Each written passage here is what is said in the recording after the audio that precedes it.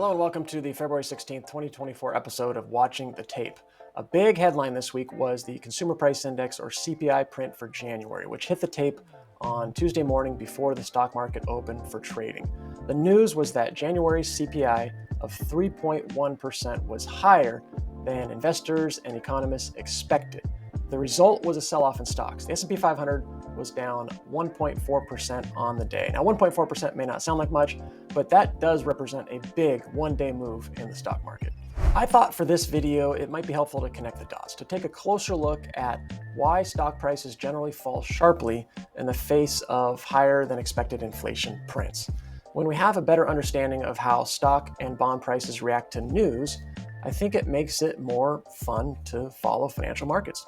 Now, there is an extended explanation of the link between inflation and stock prices that would take longer than this 3-minute video to present, but there's also an abbreviated version that'll get us most of the way there. So that's the route we'll take, and we'll break it into 3 parts.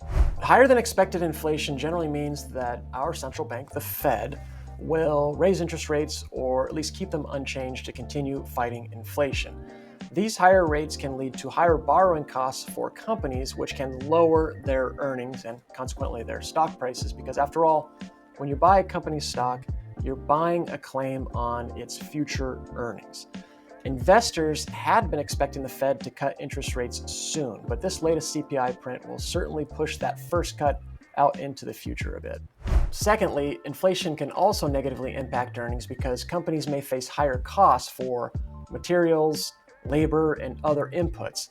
And if these companies are unable to pass on all these cost increases to their own customers, then once again, profit margins can get squeezed.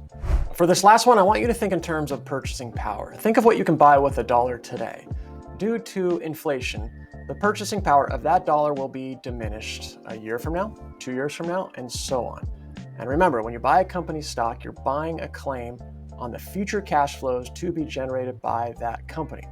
Well, as inflation goes higher and higher, then the price you're willing to pay for those cash flows out in the future goes lower and lower because those future cash flows are worth less to you in today's terms.